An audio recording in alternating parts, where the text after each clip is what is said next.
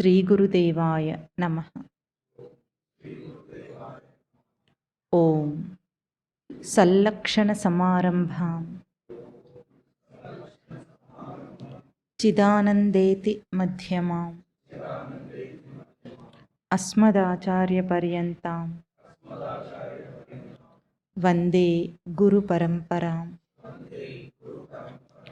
ఓం గీతామృత మహోదధయే నమః. ఓం గీతామృతాస్వాద ఆనందాయ నమః.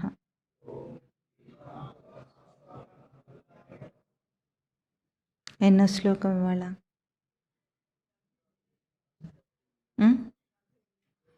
48.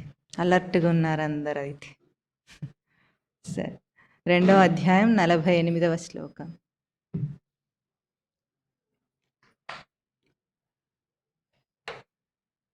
యోగస్థ కురు కర్మాణి కురు కర్మాణి సంగం త్యక్త్వా ధనంజయ సిద్ధ్య సిద్ధ్యో సమో భూత్వా సమత్వం యోగ ఉచ్యతే. దూరేణ హ్యవరం కర్మ బుద్ధియోగాత్ ధనంజయ బుద్ధౌ శరణమన్విచ్ఛ కృపణాః ఫలహేతవః. బుద్ధియుక్తో జహాతీహ బుద్ధియుక్తో జహాతీహ ఉభే సుకృత దుష్కృతే. తస్మాత్ యోగాయ యుజ్యస్వ యోగః కర్మసు కౌశలం. ఈ 3 శ్లోకాలను ఈరోజు మననం చేయాలి. క్రమం చక్కగా తీసుకెళ్తున్నారు స్వామి. సృష్టి బ్రహ్మస్వరూపం అంటారు, విన్నారా? అంటే బ్రహ్మస్వరూపం అంటే సచ్చిదానంద స్వరూపం అని అర్థం. ఇంకొకటి అసలైన అర్థం ఏమిటంటే బ్రహ్మ అంటే బృహి వృద్ధౌ ధాతు, ఎదిగే స్వరూపం అని అర్థం. అందుకే సైంటిస్ట్ ఏమంటాడు? The cosmos is continuously expanding అంటాడు. అంటే ఈ యూనివర్స్ ఎప్పుడూ పెరుగుతూనే ఉందట. అది భౌతిక దృష్టిలో చెప్తాడు సైంటిస్ట్. కానీ బృహి వృద్ధౌ ధాతు ఏం చెప్తుందంటే జీవుడు నిరంతరంగా ఎదుగుతున్న స్వరూపం సృష్టి. సృష్టి అంటే జీవుడు ఎదిగి తన సచ్చిదానంద స్వరూపమును అందుకోవాలి. ఇది సృష్టి స్వరూపం. ఆ ఎదిగే క్రమాన్ని ఇక్కడ ఈ శ్లోకాల్లో చక్కగా వస్తోంది. వెనుక నుండి కూడా స్వామి ఆత్మతత్వమును చెప్పి ఆత్మతత్వమును ఆచరించాలంటే ఏం అడ్డం వస్తుందో దాన్ని మళ్ళొక్కసారి రివైజ్ చేసుకుందామా? మనకు అన్నీ విన్న తర్వాత కూడా అనుభవం ఎందుకు రాదు?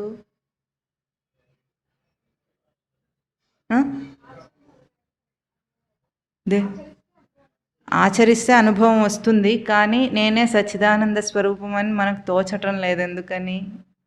దానికి 3 కారణాలు చెప్పుకున్నాం. మనసుకుండే 3 దోషాల వల్ల అని. ఆ 3 దోషాలు మళ్ళీ మళ్ళీ గుర్తు చేయాలని మళ్ళీ చెప్తున్నాను ఇవాళ. ఏమిటవి 3 దోషాలు? కర్మస్థానాలు కాదు, మనస్సుకుండే 3 దోషాలు. 3 ఉపాయాలు చెప్పింది వేదం అని చెప్పుకున్నాం. మల విక్షేప ఆవరణలు. మలదోషం అంటే మురికి, విక్షేపం అంటే చెదిరిపోయింది, ఆవరణ అంటే అజ్ఞానం చేత కప్పబడింది. ఈ 3ంటికి ఉపాయంగా కర్మకాండ, ఉపాసనాకాండ, జ్ఞానకాండ. ఇది కర్మ యొక్క క్రమం చెప్తున్నారు స్వామి. ఆత్మ అనుభూతి రావాలంటే క్రమం, ఏ కర్మ క్రమంలో వెళ్ళాలో చెప్తున్నారు. అది చేసిన తర్వాత కర్మను ఆచరించాలి. ఎట్లా? ఇప్పుడు ఈ 3 కర్మల ద్వారా త్రిగుణరహితుడివిగా అర్జున అని చెప్పారు. అంటే వేదం సహాయం తీసుకొని మనసుకున్న 3 దోషాలు తొలగించి అప్పుడు కర్మను ఆచరించమన్నారు. ఆ కర్మను ఎట్లా ఆచరించమన్నారు? ఇక్కడ మనం పోయినసారి శ్లోకం మళ్ళీ గుర్తు చేసుకుందాం, ఎందుకంటే అది చాలా ముఖ్యమైన శ్లోకం. కర్మణ్యేవ అధికారస్తే, మొదటిది. అంటే నీకు కర్మయందే అధికారం ఉంది. మా ఫలేషు కదాచన, మా ఫలేషు కదాచన, మా వద్దు, మా అంటే వద్దు అని. అంటే ఫలమునందు నీకు అధికారం అస్సలు వద్దు. కదాచన అంటే కొద్దిగా కూడా వద్దు అని అర్థం. మూడవది ఏమిటి? మా కర్మఫల హేతుర్భూ, కర్మఫలానికి నువ్వు గురి కావద్దు. కర్మఫలం ఏమిటి? సుఖ దుఃఖాదులో ఏవో ద్వంద్వాలు కర్మకు ఫలంగా వస్తాయి, దానికి గురి కావద్దు అంటున్నారు. మళ్ళీ మా తే సంగోస్త్వకర్మణి, ఇన్ని కండిషన్లు పెట్టారు కదా అని కర్మ చేయకుండా ఉంటాను అనుకోవద్దు, కర్మను ఆచరించాలి అని చెప్తున్నారు. ఇది కర్మకు 4 రూపాలను స్వామి చూపించారు. ఇప్పుడు మళ్ళీ ఇందాక మీరు చెప్పబోయారే కర్మ యొక్క 3 స్థానాలు ఏమిటి?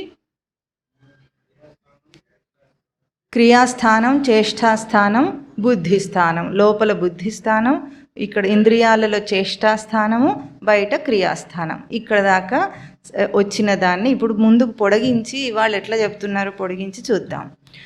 కర్మ అని కురు, ఈరోజు ఎట్లా కర్మను చేయాలో డిక్టేట్ చేస్తున్నారు స్వామి, ఇట్లాగే చేయాలని. కర్మ అని కురు, కురు అంటే చేయు, ఆచరించు అని అర్థం. ఎట్లా చేయాలా కర్మ అంటే యోగస్థ కర్మ అని కురు. యోగస్థ, యోగంలో నిలిచిన వాడవై కర్మను ఆచరించమన్న. యోగం అంటే నాకేం తెలుసు అని అంటారని వెంటనే యోగమునకు నిర్వచనం చెప్తున్నారు. అంటే మనం పోయిన వారం ఒకటి చెప్పుకున్నాం, కర్మ చెప్తున్నారు స్వామి. కర్మను యోగం చేసుకోవడం చెప్తుంది హిందూ ధర్మం, భగవద్గీత కాదు. హిందూ ధర్మం యొక్క గొప్పతనం ఏమిటంటే మానవ జన్మలో కర్మను యోగం చేసుకోగలడు జీవుడు. అది మానవ దేహ నిర్మాణం దానికి చాలా బాగా డిజైన్ చేయబడింది. మన జీవితమే రచింపబడింది అట్లాగూ. ఎట్లా? కర్మ యోగం అవుతుంది. యోగం అంటే ఏమిటి?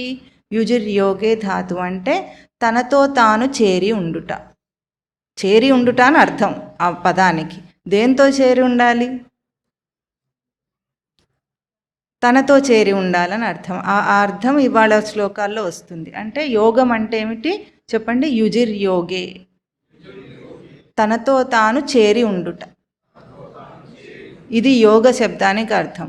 ఇది ధాతు అర్థం. ఈరోజు స్వామి యోగమునకు ఈరోజు 2 నిర్వచనాలు వస్తాయి మనకు. భగవద్గీత భావపరమైన నిర్వచనం చేస్తుంది. అంటే ఇదేమో పదంతో చెప్పుకున్నాం, తనను తాను చేరి ఉండుట. ఇక్కడ సమత్వం యోగ ఉచ్యతే అనే ఒక నిర్వచనం వస్తుంది వాళ్ళ. తర్వాత కింద కూడా మళ్ళీ యోగ కర్మసు కౌశలం అని ఇంకొక నిర్వచనం కూడా వస్తుంది. కనుక ఇవాళ ఏమంటున్నారు? యోగమును ఆచరించాలట, ఆ యోగంలో నిలిచి కర్మ చేయాలట. యోగస్థ, స్థ అంటే తిష్ట వేసుకొని స్థిరంగా నిలిచి, యోగమునందు స్థిరంగా నిలిచి కర్మ అని కురు. కర్మ చేయటం అంటే ఇప్పుడు మీకు ఒక స్పష్టత వచ్చి ఉండాలి. కర్మ అంటే ఏమిటి అంటే ఏమిటి?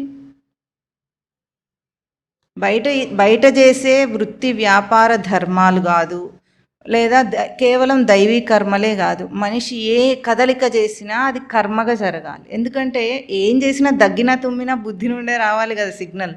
బుద్ధి నుండి, బుద్ధిలో అనుకోకుండా అక్కడ జరగకుండా, కర్మ జరగకుండా బయట క్రియ జరగదు. కనుక నువ్వు ఏ చేసినా కర్మయే అవుతుంది. అందుకే దైవీ కర్మ చేసినా, లౌకిక కర్మలు చేసినా నిత్య నైమిత్తిక కర్మలు అంటారు. అంటే నిత్యం మనం చేసే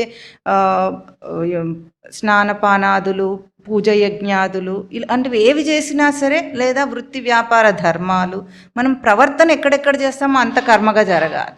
అదంతా కర్మ. అంటే మన జీవితమే కర్మ, అంతేనా? జీవితమే కర్మ. కాబట్టి ప్రతిదీ ఎట్లా చేయాలి? ఇప్పుడు యోగంగా చేయాలి. యోగమునందు స్థిరంగా నిలిచిన వాడవై కర్మను చేయాలి. ఎందుకు చేయాలి? ఎందుకంటే మనిషి కర్మ బంధం వస్తుంది, నేను ఇందులో ఇరుక్కుంటున్నాను, దానివల్ల జన్మలను ఎత్తుతున్నాడని అనుకుంటున్నాడు. కాబట్టి ఇప్పుడు ఆ కర్మ బంధం రాకుండా ఎట్లా ఉండాలో దాని నుండి విడవడాలి. కర్మ చేస్తూనే బంధం రాకుండా ఉండాలి. అది చెప్తున్నారు ఇక్కడ స్వామి. యోగస్థ కర్మాణి కురు సంగం త్యక్త్వా, సంగమును విడిచేయి. సంగమును విడిచేయి అంటే దేంతో సాంగత్యం పెట్టుకుంటా అంటే బయట విషయంతో సాంగత్యం పెట్టుకొని నేనేదో పని చేస్తున్నాను అనుకుంటాడు మనిషి, అంతేనా? బయట పని ఉంటేనే మనకు కనిపిస్తుంది, బుద్ధిలో పని మనకు కనిపించటం లేదు, బయట పని కనిపిస్తోంది. దీనితో పనుంది కాబట్టి నేను చేస్తున్నాను అనుకుంటున్నాడు. దానితో సంగమును త్యక్త్వా విడిచిపెట్టి, సంగం త్యక్త్వా సిద్ధ్యో సమోభూత్వ, సిద్ధి అసిద్ధి అంటే ఒక కార్యం తలపెట్టాం, మనం ఏదైనా చేయాలనుకున్నాం, అది సిద్ధించవచ్చు సిద్ధించకపోవచ్చు. అంటే జరగచ్చు, మనం అనుకున్నట్లు జరగకుండా ఉండొచ్చు, ఎట్లయినా కావచ్చు. సిద్ధ్యో సమః భూత్వా, సమానం చేయాలట రెండింటిని. అది జరిగినా సరే జరగకపోయినా సరే నీకు దాంతో సంబంధం వద్దు, దాంతో సంగము విడిచేసి, దాంతో సాంగత్యం విడిచేసి అప్పుడు కర్మను ఆ యోగ స్థితిలో ఉండి కర్మను ఆచరించు అంటున్నారు స్వామి. ఇది అంత సులభంగా కనిపిస్తుందా అంటే చేయటానికి మనము అభ్యాసం చేస్తే చాలా సులభం. ఎందుకంటే నిజానికి మనిషి అదే చేస్తాడు, కానీ అనుకోవటమేమో బంధంలో పడ్డాను అనుకుంటాడు. అనుకోవటంలోనే తేడా కానీ చేయటంలో లేదు. ఎందుకంటే మనం సృష్టి రచనకు వ్యతిరేకంగా చేయలేము అసలు. ఎందుకంటే ఇప్పుడు ఈ ఫ్యాన్ ఉందనుకోండి, ఇట్లా తిరగడానికి రచింపబడింది. అది ఇట్లా తిరుగుతుందా ఎప్పుడన్నా? తిరగలేదు కదా. ఎందుకు? దాని రచన అట్లా లేదు కాబట్టి. దాన్ని డిజైన్ చేసింది ఎట్లా తిరగాలి, క్లాక్ వైజ్ డైరెక్షన్లోనే తిరగాలని దాని డిజైన్ ఉంది. అది ఎట్టి పరిస్థితుల్లో కూడా వెనక్కి తిరగదు. తిరగలేకపోతే ఆగిపోతుంది అంతేగాని వెనక్కి మాత్రం ఇట్లా తిరగదు. మనం కూడా సృష్టి ఎట్లా రచన చేసిందో, మనం ఎట్లా బ్రతకాలని చేసిందో అట్లాగే చేస్తాం. కానీ భ్రాంతి చేత అనుకోవడంలోనే భ్రాంతి వచ్చేస్తుంది. అంత బంధం అక్కడుందనుకుంటాం. ఉదాహరణకి దీనికి యోగస్థ కురు కర్మానికి ఒక మంచి ఉపమానం చెప్పుకుందాం మనం. ఇప్పుడు సూర్యుడు ఉన్నాడు. సూర్యుడు మొత్తం సోలార్ సిస్టమ్ అంటారు, సౌరమండల వ్యవస్థనంతా వెలిగిస్తున్నాడా లేదా? గ్రహాలన్నిటినీ ఆయన చుట్టూ తిప్పుకుంటున్నాడు కదా. ఎట్లా తిప్పుకుంటున్నాడు? ఇప్పుడు సూర్యుడి వల్ల భూమికి ఆకర్షణ శక్తి వస్తుంది. ఆకర్షణ శక్తితో భూమి చక్కగా తన యాక్సెస్లో తిరుగుతూ ఉంటుంది కదా. ఎప్పుడైనా కింద పడుతుందా? ఎవరు పెట్టుకున్నారు దాన్ని? ఎవరు పట్టారు దాన్ని? పోనీ అక్కడ ఏమన్నా రోడ్ వేసి పెట్టారా? దాని మీద దొరుకుతుందా? అది ఎట్లా తిరుగుతుంది? సూర్యుడు కిరణాల చేత అది ఆకర్షణ శక్తిని పొంది దాన్ని పట్టి పెట్టింది. దాన్ని గ్రావిటీ అంటున్నాం మనం, అవునా? ఇప్పుడు ఇట్లా పట్టి పెట్టినప్పుడు సూర్యుని కిరణాలు సూర్యునికి తాకి ఉన్నాయి, భూమిని కూడా తాకి ఉన్నాయి. భూమిని తిప్పటానికి సూర్యుడి కిరణాలు వస్తున్నాయా? సూర్యుడి కిరణాలు ఉన్నాయా? ఉన్నాయి, అంతే. ఉన్నంత మాత్రం చేతనే భూమిని తిప్పుతున్నాయి అవి. భూమిని తిప్పుదామని అక్కడ నుండి బయలుదేరినాయి అవి? బయలుదేరాలి. అంటే తన స్థానంలో తాను ఉంది. సూర్యుని కిరణం ఉండి అది ఉండటం వల్ల సూర్యునితో అంటిపెట్టుకొని ఉంది. సూర్యుని నుండి తెగిపోయింది అనుకోండి కిరణము, అది భూమిని ఆకర్షించి పట్టగలదా? పట్టలేదు. తెగిపోతే, సోర్స్ నుండి తెగిపోతే అది భూమిని పట్టుకోలేదు. అది తెగిపోదు ఎప్పుడు కూడా. కిరణం అంటే ఎప్పుడు కూడా దాన్ని అంటిపెట్టుకొని ప్రసరించేదాన్ని కిరణం అంటాం. తెగిపోతే దాన్ని కిరణం. ఇప్పుడు బాణం ఉందనుకోండి, బాణం ఎట్లా ఉంటుంది? వదిలిన తర్వాత ఇక్కడ మన దగ్గర ఉండదు, అది ఇంకా అక్కడికి వెళ్ళి అది పనిచేస్తుంది. కానీ కిరణం ఎట్లా ఉంటుంది? ఇక్కడ ఉండే అక్కడ దాకా ప్రసరిస్తుంది. ఇప్పుడు లేజర్ కూడా ఉంటుంది చూసారా, లేజర్ బీమ్ ఉంటుంది. లేజర్ బీమ్ ఎట్లా ఉంటుంది? సోర్స్ నుండి లేజర్ బీమ్ వస్తుంది. దాంతో ఇప్పుడు ఆపరేషన్లు చేస్తారు, మిషన్స్ కటింగ్ చేస్తారు, ఎన్నన్నా చేస్తారు. అదే సోర్స్ నుండి కట్ చేస్తే ఆ బీమ్కి దానికి అంత శక్తి ఉంటుందా? ఉండదు. అంటే ఆ సోర్స్ని, ఆశయాన్ని అంటిపెట్టుకుని ఉండటం వల్లనే దానికి ఆ శక్తి వచ్చింది. ఇప్పుడు సూర్యకిరణము మన దగ్గరకు వచ్చి మనకు వేడిని ఇవ్వాలనో ఎండగొట్టాలనో ఏదైనా చేస్తుందా ప్రయత్నం? ఇక్కడ కూడా అయినా ప్రయత్నం జరుగుతుందా, జరగటం లేదా? మనం సూర్యుడి వెలుగు లేక భూమి బతకగలదా? భూమి ఉండగలదా? ఉండలేదు. దాని స్థానంలో ఉండలేదు, భూమి మీద ప్రాణి బ్రతకలేడు, ఏది జరగలేదు. అంటే దాని వలనే జరుగుతుంది, కానీ దానికి ఆ ఇంటెన్షన్ ఏం లేదు. ఉందా? ఆ పర్పస్ ఏం లేదు. సూర్యకిరణానికి ఆ పర్పస్ ఏం లేదు, అది చెయ్యాలని అనుకోవటం లేదు, ఏం లేదు. కానీ అది ఉండటం వల్లనే ఇదంతా జరుగుతుంది. మనం బ్రతుకున్నామంటే, ప్రాణి బ్రతుకుందంటే దానివల్ల జరుగుతుంది. అది యోగమునందు స్థిరమై నువ్వు కర్మను ఆచరించు. అంటే నీ కిరణాన్ని ప్రసరింపజేయి, అక్కడ అంతా జరుగుతుంది నీ కిరణం వల్ల. కానీ దాంతో నీకు సాంగత్యం ఏం లేదు. భూమితో ఏం సాంగత్యం ఉంది సూర్యుడికి? ఆయనకేం పట్టలేదు అసలు. మనమే దాని చుట్టూ, అంటే భూమే దాని చుట్టూ తిరగాలి, దాన్ని అంటిపెట్టుకుని ఉండే బాధ్యత అంతా ఎవరిది? భూమిది. కానీ సూర్యుడు ఎట్లా ఉన్నాడు? నిశ్చలంగా ఉన్నాడు. దానికి భూమికి వెలుగు లేమి, వెలుగు చీకటి అన్నీ కలుగుతున్నాయి, చలి వేడి అన్నీ వస్తున్నాయి, మనకు ఋతువులు మారుతున్నాయి, అన్నీ జరుగుతున్నాయి ఈ రెండింటి వల్లనే. కానీ సూర్యుడికి ఎటువంటి ఏమీ లేకుండా, చలనం లేకుండా ఎంత స్థిరంగా ఉన్నాడు. అది మనం కూడా చేయగలం, చెయ్యాలి కూడా. ఎట్లా? యోగస్థ అన్న పదానికి అర్థం అది. యోగమునందు స్థిరంగా నిలిచి ఉంటే, అంటే మనకు ఎట్లా అలవాటు అయిందంటే బయట పనులు చేసుకుంటూ నేనున్నా అని మనకు తెలుస్తుంది. గబుక్కున బయట పని లేకపోతే తోచకుండా తయారయ్యాం మనం. అట్లా అలవాటు పడి ఉన్నాం అంతే. కానీ తాను ఉంటే బయట పని అవుతుంది. అది చేయటం వల్ల తాను ఉన్నాడా, తను ఉండటం వల్ల బయట పని అవుతుందా? మనమేమనుకుంటాం, పని చేసుకుంటుంటే తోచినట్టు ఉంటుంది అనుకుంటాం, ఉనికి తోచినట్టు ఉంటుంది. అంటే రివర్స్లో మన భావన ఉంది. కానీ మనం అట్లా ఏం లేదు. మనం దాన్ని చేయటం వల్ల ఉండి చేయనప్పుడు ఉండకుండా ఉండటం అనేది ఏం లేదు మనకు. ఇప్పుడు కరెంట్ ఏమో స్విచ్ చేస్తే ఉంటుంది, ఉన్నట్టు అనిపిస్తుంది. వేయనప్పుడు ఉన్నట్టు అనిపించదు, కానీ ఉందా లేదా? అట్లాగే మనం కూడా బయట పనితో మనకు ఎటువంటి సంబంధం లేదు. మనిషి అలవాటు పడ్డాడు అట్లా. కాబట్టి బయట క్రియాకలాపాలలోనే వాడికి ఎప్పుడు దృష్టి ఉంటుంది. ఇది చేయాలి, అది చేయాలి, దాని తర్వాత అది చేయాలి, దీని తర్వాత ఇది చేయాలి, అది ఇది అని. కానీ చేస్తే చెయ్యి, అది చేయకుండా ఉండమని ఏం చెప్పలేదు. కానీ ఎట్లా చేయాలి? ఇక్కడ చేసేది సత్యం కాదు, దీనికి ఆధారం ఇంకొకటి ఉందని తెలుసుకో. ఆధారం ఏమిటి? నా ఆశయం. లోపల నుండి ఎక్కడి నుండి కిరణం వస్తుందో అది ఆధారం, అది నేను.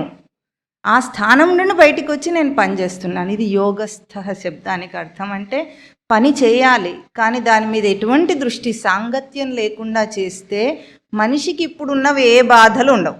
ఎందుకు చేయాలని మీరు అడగచ్చు. ఎందుకంటే చేసిన అలసట వస్తుంది, కర్తృత్వం వస్తుంది, దానివల్ల కలిగే సుఖ దుఃఖాలు, జయాపజయాలు, లాభ నష్టాలు అన్నీ తనకే వచ్చినట్టు బాధపడుతున్నాడు. అవుతుందా లేదా? ఇదంతా దీని నుండి తప్పించుకోవటానికి చేయటం ఏమిటి? అక్కడ దృష్టి వదిలేసి ఇక్కడ పెట్టంటున్నారు అంతే.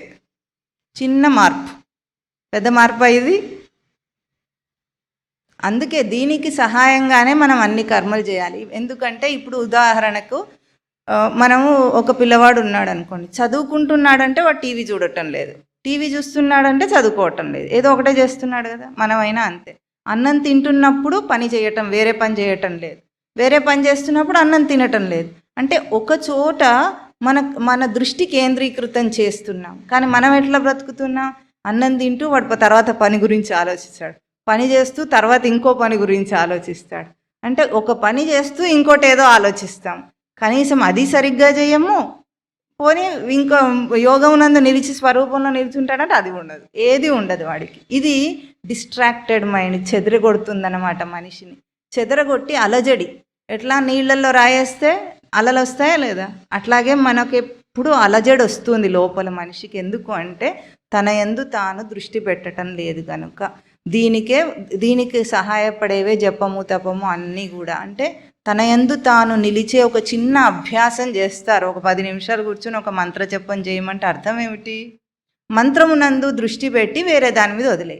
అప్పుడు తన యందు తను వెనక్కి రావటం, అంటే విత్డ్రా చేసుకొని తన స్థానంలో తను ఉండటం అనేది అభ్యాసం అవుతుంది మనిషికి.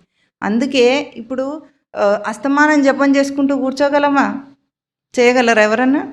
అట్లా చెప్పటం కూడా లేదు. ఇక్కడెక్కడ జపం తపం అని రాలేదు, వేదాల్లో ఉందని చెప్పారు అంతేగాని అస్తమానం జపం చేయమని లేదు. కానీ జపంలో ఏ అభ్యాసం అవుతుందో దాన్ని ఇక్కడ మనము ఉపమానంగా తీసుకొని చెప్పుకుంటున్నాం. స్వామి ఏమన్నారు? యోగమునందు నిలిచి స్థిరంగా ఉండు. ముందు ఎట్లా స్థిరంగా ఉండాలి?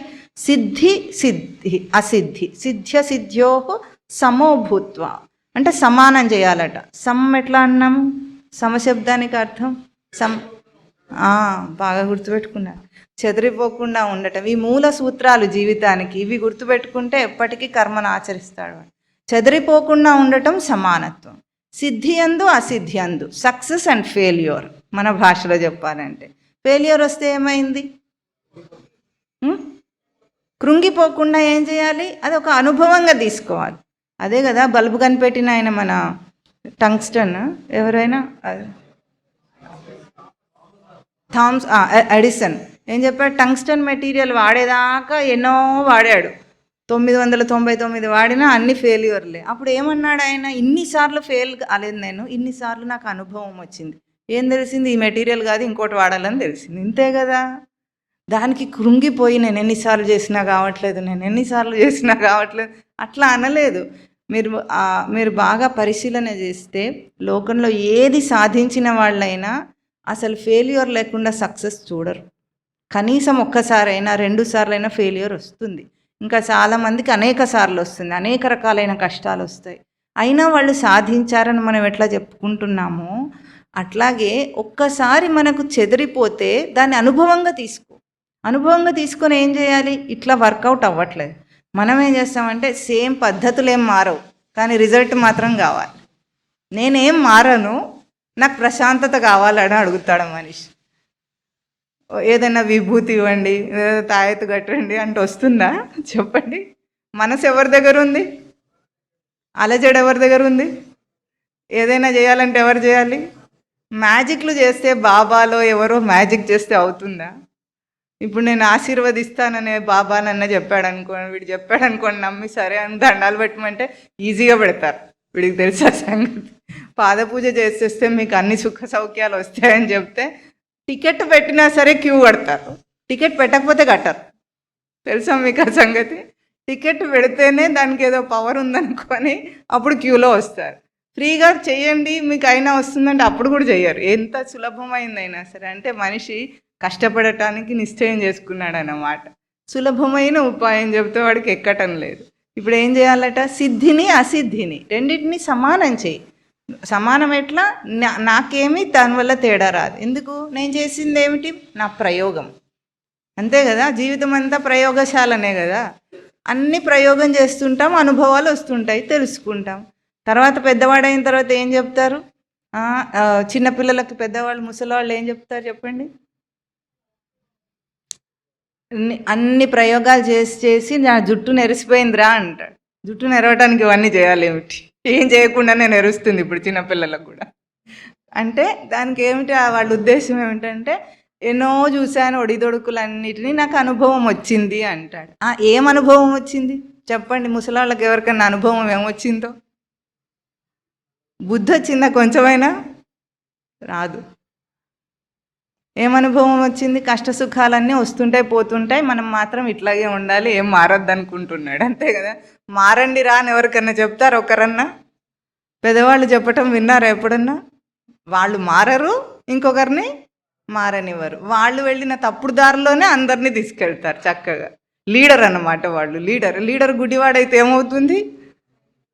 మొత్తం మందంతా గుడిదవుతుంది. అంతే కదా.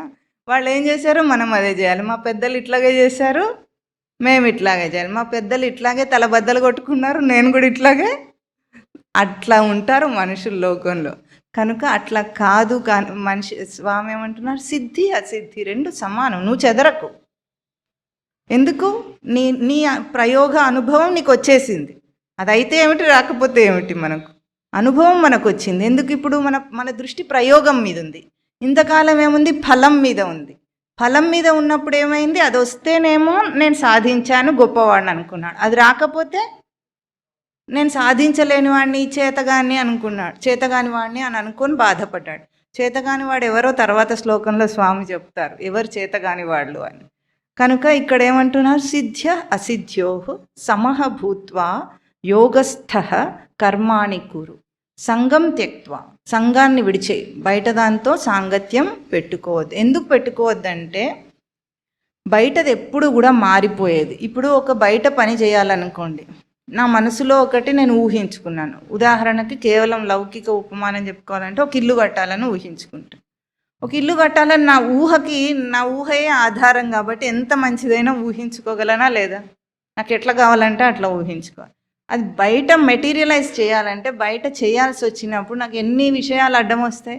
ముందు అది చేయడానికి డబ్బులు ఉండాలి, అది చేసే పనివాడు సరైన వాడు కావాలి, నా ఊహకు సరిగ్గా వాడు పనితనం మ్యాచ్ అయ్యేటట్టు వాడు చేయగలగాలి. అప్పుడు నా ఊహలో ఉంది, వస్తుందో రాదో తెలియదు. ఇప్పుడు ఉదాహరణకి ఏమిటి, సినిమాల్లో ఆయన ఎవరు డైరెక్టరు? మన ఎప్పుడు అప్పుడు డైరెక్టర్ అంటేనే రాజమౌళి ఏమిటి? సరే, ఆయన నేమని అంటారు తెలుసా మీకు? జక్కన్న అంటారట. అవునా? అన్ని వీడికి తెలియదు, పరోక్ష జ్ఞానం ఇదంతా. అయితే ఆ జక్కన్నని ఎందుకు అన్నారు? ఆ పాత్రను శిల్పిలాగా చెక్కుతాడు. జక్కన్న అంటే ఒక మహాశిల్పి పేరు జక్కన్న. అదని ఆయనతో ఎందుకు పోల్చారు? ఒక పాత్రని, ఆయన ఊహించుకున్న పాత్రని చెక్కుతాడట. అంటే అంత బాగా వచ్చేటట్టుగా డైరెక్ట్ చేస్తాడని అర్థం. అంతేనా? ఇప్పుడు యాక్టర్ సరిగా చేయలేకపోయే కారణం చేత కూడా ఆయన ఊహ అందకపోవచ్చు. అంటే బయట ఎన్నో కారణాలు ఉండొచ్చు అది చెడిపోవటానికి, కానీ నా ఊహకేం కారణం? నా ఊహయే ఆధారం దానికి. కనుక బయటికి వచ్చినప్పుడు ఎన్నిటి ప్రభావం వల్లనో అది జరగచ్చు, జరగకపోవచ్చు. నీ అందు అంటే నువ్వు చేసే కర్మయందు నీకు దృష్టి ఉంటే బయట దాని మీద దృష్టి పెట్టద్దు. తాను స్థిరంగా ఉంటే బయట ఏదైనా స్థిరంగా చేయగలడు, తాను స్థిరంగా లేకపోతే చేయలేడు. ఇప్పుడు ఒక దీపం వెలిగిస్తామనుకోండి, మనం దేని చేత ఇంకొక దీపం చేత ఇంకో దీపాన్ని వెలిగిస్తున్నాం. ఈ దీపం ఊగుతూ ఉంటే ఆ దీపం వెలిగించగలమా? లేదు. ఈ దీపం స్థిరంగా ఉంటే అది కొంత ఆ ఒత్తి మందంగా ఉన్నప్పుడు కొంత తొందరగా అంటుకోదు, వెలుగదు. కాసేపు ఆగినా సరే మనం స్థిరంగా ఉంటే దాన్ని వెలిగించేయచ్చు, అంతేనా? స్థిరత్వం నిలుపుకుంటే బయట ఏదైనా స్థిరంగా చేయొచ్చు. కనుక దృష్టి అంతా ఇప్పుడు దేని మీద కేంద్రీకరిస్తుంది భగవద్గీత? తన స్థిరత్వం మీద. బుద్ధి స్థానంలో చెదిరిపోకుండా ఉండాలి. బుద్ధిని చెదరగొట్టేవేమిటి? బయట ఫలాఫలాలు, అంటే ఎట్లా అవుతుందో ఏమవుతుందో. మనకి ఎప్పుడు ఏముంటుంది? ఒక పని అనుకోగానే ఎట్లా అవుతుందో ఏమవుతుందో, ఎట్లా ఏమేమి సంఘటనలు అవుతాయో. మనకు ఇంకా మనం మాట్లాడే 2 పదాలు ఉంటాయి, అదృష్టం దురదృష్టం అని. చేతనైనప్పుడు ఏమంటాం? దాన్ని అదృష్టం మీద నెట్టేస్తాం. కాకపోతే దురదృష్టం. అదృష్టం అంటే ఏమిటండి?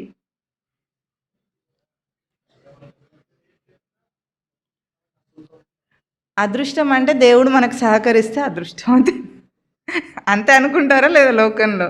కాకపోతే నా దురదృష్టం, నా తలరాత అంటాడు. అంటే దీన్ని ఏం చేస్తాడంటే మనిషి తన బాధ్యతను పక్కకు నెట్టే అంధవిశ్వాసం. ఈ 2 మాటలు ఎప్పుడు ఈ మాట మాట్లాడదు. అదృష్టం లేదు, దురదృష్టం లేదు. ఏముంది చేయటానికి? నీ ప్రయోగం ఎట్లా ఉంది, నువ్వు ఎట్లా చేస్తావు ఆ పనిని, అదొక్కటే ఉంది సృష్టిలో. అంతేగాని అదృష్టం అంటే కంటికి కనిపించిందని అర్థం. నా అదృష్టం అదృష్టం. కంటికి కనిపించనిది ఏమిటి? ఏ భగవంతుడో ఏ శక్తో కాదు, నీ లోపల చైతన్యవంతం చేసుకునే నీ శక్తే అదృష్టం. దురదృష్టం అంటే నువ్వు సరిగా చేయకపోతే అది వస్తుంది తర్వాత శ్లోకంలో. దూరేన హ్యవరం కర్మ అని స్వామి చెప్తారు. కనుక ఇప్పుడు ఏమంటున్నారు? అదృష్టం దురదృష్టము ఏ శక్తో అని మూఢ విశ్వాసము కాదు కర్మ అంటే. లేదు ఎట్లాగైనా బయట సాధించి తిరాలి, సక్సెసే కావాలి అని బయట పట్టుదల కాదు. కర్మ అంటే ఏమిటి? తాను చలించకుండా స్థిరంగా ఉండే చేసే ప్రతి కదలిక కర్మ. అది ఎట్లా చేయ? యోగస్థ, యోగమునందు నిలిచిన వాడవు. అందుకే ఏమంటున్నారు? సమత్వం యోగ ఉచ్యతే, సమత్వమే యోగం అని చెప్పబడుతుంది అంటున్నాడు స్వామి. యోగం అంటే క్రియాయోగము, హఠయోగము, కర్మయోగము, ధ్యానయోగము. భగవద్గీతలో చూసారా మీరు? అన్నిట్లో అన్ని యోగాలే. అర్జున విషాద యోగం, సాంఖ్య, కర్మ, జ్ఞాన, సన్యాస, ధ్యాన, జ్ఞాన విజ్ఞాన, అక్షర బ్రహ్మ, అన్ని రాజవిద్య, రాజగుహ్యం, అన్ని యోగాలే. ఇక్కడ అన్ని యోగాలే. అందులో ఏ యోగమును చెప్తున్నారు? అసలు యోగం అంటే సమత్వం, తాను చెదరకుండా ఉంటే యోగం. నువ్వు కర్మయోగం ఆచరించిన, జ్ఞానయోగం ఆచరించిన, ధ్యానయోగం ఆచరించిన, జ్ఞాన విజ్ఞాన యోగాలు ఆచరించిన, ఏదైనా ఆచరించు, ముందు యోగం కావాల్సింది. అందుకు యోగానికి ఇక్కడ పునాది వేశారు స్వామి. యోగం అంటే ఏమిటి? సమత్వం యోగ ఉచ్యతే. చెప్పండి. సమత్వమే యోగం అంటే తాను చలించకుండా చెదిరిపోకుండా ఉండటమే యోగస్థితి. అందుకే బయట ఇట్లాంటి వాళ్ళు కొంతమంది ఉంటే వాళ్ళు ఎట్లా అంటాం? వాళ్ళు ఎంత గుండె నిబ్బరంగా ఉన్నాడు, నిండు కుండలాగా ఉన్నాడు అంటారా లేదా? అంటే నిండు కుండ తొణకదు. తొణకదంటే ఏమిటి? ఖాళీగా ఉంటే ఊగుతూ ఉంటే నీళ్ళ శబ్దం చేస్తుంది. నిండు కుండ అయితే తొణకకుండా ఉంటుంది. అట్లాగే తన యందు తాను పూర్ణ స్వరూపుడైతే వాడికి ఏ లోటు ఉండదు. మనిషి ఎప్పుడైనా ఆవేశపడుతున్నాడు, కోప్పడుతున్నాడు అనుకోండి, మీతో ఎవరైనా, మీ ఎదుటివాడు, అప్పుడు మీరు ఒక్కటి గుర్తించాలి, వాడికి ఏదో లోటు ఉంది పాపం అని జాలిపడాలి. అప్పుడు చిరాకు పడతాడు, విసుక్కుంటాడు, కోపం వస్తుంది. ఇవన్నీ ఎప్పుడు వస్తాయి? వాడి దగ్గర ఏదో లోటు ఉంటే.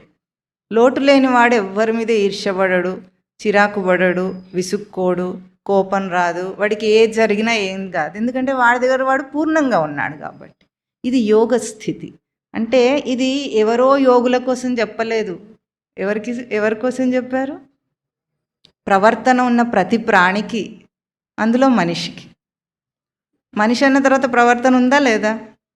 ప్రవర్తన ఉన్న ప్రతివాడికి ఇది అన్వయిస్తుంది. అంటే అందరికీ ఇది, కానీ కేవలం ఎవరో ముక్కు మూసుకునే యోగులకు కాదు. దీనికి కూడా ముక్కు మూసుకునే యోగులు అంటే కూడా ఒక చిన్న కథ ఉంటుందన్నమాట. ఒక యోగి ఏం చేశాడంటే, ఈ గందరగోళము ఈ లోకంలో వీళ్ళందరి మధ్యలో నేనేం చేస్తాను, నేను తపస్సు చేయడానికి అస్సలు ఈ లోకం అనుకూలంగా లేదనుకొని హిమాలయాల్లోకి వెళ్ళిపోయాడట. వెళ్ళిపోయి అక్కడ కొన్ని సంవత్సరాల పాటు, ఇక్కడేమో జనాలు ఉంటారు పీడించడానికి, విషయాలు ఉంటాయి. అక్కడేముంటుంది, చలి వాతావరణం ఉంటుంది. వాతావరణం నుండి రక్షించుకోవద్దు, ముందు దేహాన్ని రక్షించుకుంటే కదా తర్వాత యోగం వస్తుంది. ముందు దేహాన్ని నిలబెట్టుకునే ప్రయత్నం చేయాలి. తిండి తిప్పలు, ఆ మంచు కురుస్తూ ఉంటే ఆ వాతావరణానికి అభ్యాసం చేయడానికి హఠయోగం ఉంటుంది. ఏదో చెప్తారు, చేసేసుకుంటారు వాళ్ళు. చేసుకున్నాడట, చాలా బాగుంది. ఇప్పుడు ఎట్లా ఉంది, ప్రశాంతంగా ఉంది. ఎట్లా ఉంది, ప్రశాంతంగా ఉందనుకొని నాకు ఇంకా నేను స్థిరమైపోయాను, నేను యోగిని అయిపోయాను, ఇప్పుడు నేను లోకంలోకి వెళ్తే నాకేం కాదు అనుకున్నాడట. అక్కడ నుండి బయలుదేరి వచ్చాడు. హిమాలయాల నుండి బయలుదేరంటే ముందు ఢిల్లీకి రావాలా, ఢిల్లీ నుండి ఇక్కడికి రావాలి కదా. ఢిల్లీ నుండి ఇక్కడికి రావడానికి ట్రైన్ ఎక్కాడట. ట్రైన్లో ఎవరు ఉంటారు, ప్రజలు ఉంటారు. మళ్ళీ ఆ ప్రజల్లో ఎవరో ఒక ప్రజానీకం ఈయన కాలు దొక్కాడట. అప్పుడు ఏమైంది, బుస్సుమని లేచింది అన్నమాట. ఏం లేచింది, పాము పడగెత్తినట్టు. తోక తొక్కితే ఏం చేస్తుంది, పాము పడగెత్తుతుంది. అట్లాగే ఈయన కోపం వచ్చేసిందట. వెంటనే ఏరా చూసుకోలేవా, కాళ్ళు కనిపించట్లేదని తిట్టాడు. అయిపోయి ఎక్కడికి పోయింది తపస్సు అంతా, హిమాలయాల్లోనే వదిలేసి పాపం ఢిల్లీకి వచ్చాడు. అందుకే స్వామివారు ఒక మాట అడుగుతూ ఉంటారు, తపస్సు ఇంట్లో చేస్తాడా, మఠాలు ఆశ్రమాల్లో చేస్తారా, దిల్సుఖ్ నగర్ సెంటర్లో చేస్తారా, హిమాలయాల్లో చేస్తారా, బుద్ధిలో చేస్తారా? బుద్ధి ఆప్షన్ ఇవ్వకపోతే మీకు చాలా కష్టంగా ఉండేది కదా. బుద్ధి ఆప్షన్ ఇస్తే వెంటనే చెప్పేశారు, కొంచెం కూడా ఆలోచించకుండా. అంటే ఇప్పుడు తపస్సు ఎక్కడుంది, బుద్ధిలో ఉంది. నేను ఏ ఇంట్లో ఉన్నాను, నాకు ఇక్కడ ఏం కుదరదు, అట్లాంటివి ఏమి ఉండవు. నేను ఈ ప్రొఫెషన్లో ఉన్నాను, నా వృత్తి ధర్మంలో నేను ఇదే చేయలేను, నా సంసార ధర్మంలో నేను ఇవేవి చేయలేను, ఇలాంటి కారణాలన్నీ అక్కడ ఎవ్వరు లెక్క చేయరు. అవన్నీ లేవు. ఎందుకంటే ఎవరైనా సరే బుద్ధిలో తపస్సు చేయాలి. బుద్ధి ఎక్కడ ఉంటుంది, తన దగ్గర ఉంటుంది. కాబట్టి తపస్సు తన దగ్గర చేయాలి. అది యోగస్థ శబ్దానికి అర్థం, అది యోగం అవుతుంది. కనుక ఎప్పుడైనా సరే స్థిరంగా ఉండటాన్ని అభ్యాసం చేయండి. ఈ రోజు నుండి మీరు ప్రయత్నం చేయండి. అప్పుడు ఏమవుతుందో చెప్పమంటారా? ముందు ప్రతివాడు మిమ్మల్ని కెలుకుతాడు, మిమ్మల్ని పరీక్షిస్తుంటారన్నమాట. ప్రతి చిన్న విషయం వచ్చి, ఇప్పుడు ఈరోజు ఒకరోజు అనుకోండి, మీరు నేను కోప్పడకుండా విసుక్కోకుండా ఉంటా, ప్రయత్నం చేయండి. అప్పుడు ఏమవుతుంది, ఇదివరకు మీరు అట్లా ప్రయత్నం చేయనప్పుడు మీరు ఉంటారు కాస్త, కానీ ఇప్పుడు మాత్రం ఉండలేరు. అనుకున్నాక తర్వాత ప్రతి ఒక్కడు వచ్చి మిమ్మల్ని ఏదో మాట అనటమో కెలగటమో చేస్తున్నట్టు మీకు అనిపిస్తూ ఉంటుంది, ఎందుకంటే దృష్టి పెట్టారు కదా. కానీ అట్లా దృష్టి పెట్టి చేయటమే యోగం అవుతుంది. ఏదో ఏమరపాటులో మనుషులు చాలామంది ఉంటారు, ఎట్లాగే చూసి చూడకుండా బ్రతికేయటము, ఇవన్నీ అలవాటైంది. ఈరోజు ఎట్లా చేయాలి, ఎరుకతో నేను స్థిరంగా ఉంటా. ఏం జరిగినా సరే, నేను అనుకున్నది జరిగినా జరగకపోయినా, సిద్ధి యందు అసిద్ధి యందు, ఎటువంటి పరిస్థితుల్లోనైనా బయట ప్రభావం నా మీద పడకుండా నేను నిశ్చలంగా ఉంటానని కొద్ది కాలం అభ్యాసం చేసిన తర్వాత, ఏ జనాలైతే మనల్ని పరీక్షించారో, ఏ బయట పరిస్థితులన్నీ మనకు అనుకూలంగా లేకుండా ప్రతికూలంగా ఉన్నాయో, అవే పరిస్థితులు నువ్వు నిశ్చలంగా నిలబడిన తర్వాత అన్నీ అనుకూలంగా వస్తాయి. అందుకే ఫెయిల్యూర్ తర్వాత సక్సెస్ వచ్చినప్పుడు ఎట్లా వస్తుంది, ఆయనకు మంచి అవకాశాలు వచ్చినాయి అంటాడు. ఆయన ఎన్ని చూశాడు పాపము, దెబ్బలు తినలే, అప్పుడేమనరు. తర్వాత ఎదిగినప్పుడు మాత్రం ఏమంటారు, ఎవరికైనా అవకాశాలు వస్తే చేస్తారంటారు. ఆయన ఊరికైనా వచ్చినాయా, రాలేదు. అట్లాగే స్థిరంగా నిలబడ్డ తర్వాత అన్నీ అనుకూలమే అవుతాయి. కొంత మన లోపల ఆ చంచలత్వం ఉన్నంతసేపు ప్రతికూలంగా కనిపిస్తాయి.